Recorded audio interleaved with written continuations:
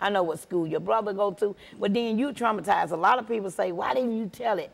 Well, if I told it and something happened to either one of my family members that they said they were going to do something to, then I'm automatically traumatized for the rest of my life.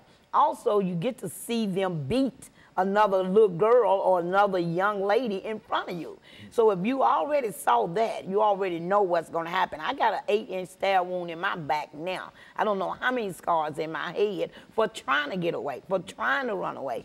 And so it didn't work for me. So that made me like, I'm not going to be able to tell anything else. So I just want I want everybody to know that you got to quit turning your head. You got to quit saying, it don't happen here, it's just in India, Cambodia. It is right in your backyard. And the story in Cincinnati, Ohio, if everybody remember that, them 3 girls that was in that basement for 10 straight years, if everybody remember that story, it'll tell you that it's definitely in your backyard. And so I just want people to really understand that they have to talk about this. I'm willing to talk to anybody. I'm willing to share my story. I'm willing to come and speak anywhere. All they have to do is just call me up, 615-589-8984. And I'll come anywhere, because not only are they asking for the girls, they're asking for the little boys. So when I was in Louisiana, one of the clerks, workers had went online and ordered a 10-year-old boy.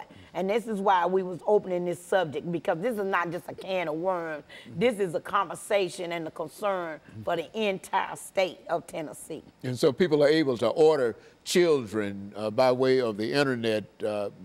Men are able to order young boys and young girls and et cetera, simply with a click of the mouse. Yes. Is that what we're saying? Yes. That's how prevalent it is now, and how widespread. Yeah, everybody know about the page called Backspace, Backpage. That's for the girls. And then you got a gay page that they go on for the little boys. And they order them and say how old they want them to be, what color hair they want them to be, how much they want them to weigh. And the guy actually showed up at the hotel with $200, 5 condoms, a date rape drug, and a lubricant. He actually showed up for a 10-year-old boy, and this man worked for the feds. So it's like, it's not just no pimping game. This is a government issue, and they are covering it up, and they know that they can do something about this sex trafficking if they wanted to. You got drug trafficking, gun trafficking, and sex trafficking. Well, the drug trafficking is #1, the sex trafficking #2, and then the guns. See, the guns was #2, but now they selling people more than they are guns. And from what I understand, this is a real problem with youth. When you mention drugs, alcohol, and sex, that's one of the areas where many of our young people, our teenagers, are caught up in one of the more detrimental areas of their lives. When they get involved in drugs, sex, and guns. Yes. Is that what we're saying? That's exactly what I'm saying. I've been gone for 18 months to New Orleans, and this is why I'm back on your set, letting people know I'm back. I'm hitting the streets. I'm coming after my young girls. I'm coming after my young boys. It ain't about violence. It's about protecting them, period. I've already had a phone call from several young girls telling me that they went to the hotel with their boyfriend because they thought they loved them, and when they got there, it was other men in there waiting for them that they have already paid for to have these kind of sex activities with these little girls. They are getting caught up once they turn me onto that X pill or that bar or that crack or the heroin that's coming out now. The new heroin is coming back. Once they get the young girls on that right there, then they on their way to being sold as slaves. We've got to do more, you think, as a community and as a society in reference to this, Ms. CGreenlee. Yes. Having had a chance to work, what would you suggest that we do in terms of trying to get a handle on this? #1, I suggest the subject start happening in church. The subject start being talked about in schools, and the subject start being talked about in libraries, because those are the 3 places where they all are gathered at. And I know people don't want to talk about sex in church, but you need to talk about sex in church. You need to talk about sex trafficking. It's right next door.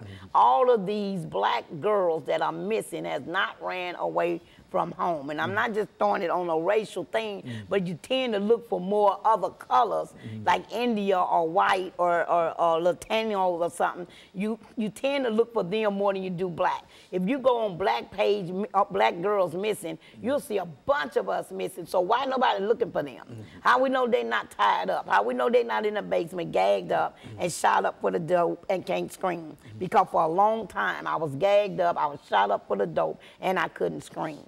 And so this is a real problem, and that what we're doing now is to simply try to highlight that and make people much more aware of it. And I have to admit that this is an eye-opener to me. Of course, I've heard of sex trafficking and, you know, here and there, but I didn't know it was such an industry. And you were saying that it is a real industry, and people are making a lot of money, and a lot of folks are getting hurt in reference to it, and et cetera.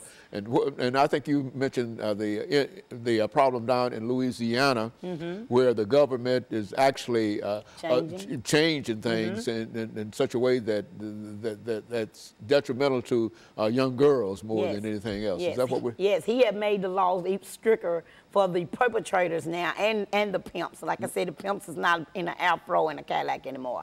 And he changed the law so tough that he flew me back down to stand there with him while he signed the new law and gave me a copy of it with the ink pen. So I was really proud of that. So whatever I was saying to him, it rests his ears, but more than anything, it rests his heart. He might have daughters himself or granddaughters, and it gave him something to think about. So now, if we done this in Louisiana, we need to do it in Tennessee, and this is what I'm here to talk about. I got both ends of the story. I got sex trafficking and I got youth violence, and I'm done with just talking about it. I want to be about it.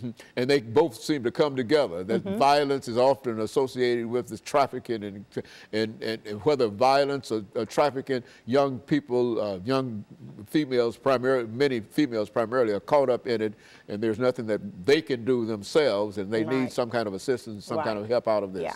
If anybody just even take a chance and just run around to some of these hotels, you will see the age range has changed. There's no more 20-something out there. They are 13-something out there. And it's sad. And you just look at them dressed like I was dressed, in the short dress and the high heels and all the lipstick. And everybody pointing at them just like they did me. Look at that fast-ass girl. Look at her with all that lipstick. But then nobody reach out to say, let me do something with this little girl. She don't need to be out here.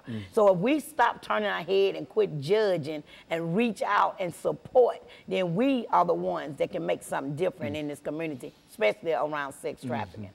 Well, and Ms. Greenlee, we're coming to the end of this show for today. And I want to thank you for that excellent information. I think that this is the show that we've been trying to get for a long time, because I think it has been quite recently. And I think that, needless to say, that all of the problems that we're having across the border in reference to those young people coming across the border, I think that might be involved in some of the activities that we're talking about. And we want to talk about it later, because I think that you probably got a lot of information in reference to what's going on with that. But in the meantime, let me thank you and to tell you how much we appreciate you coming by and giving us that information. And let me encourage our audience to tune in again next week for another informative edition of Comments. Thank you and good morning.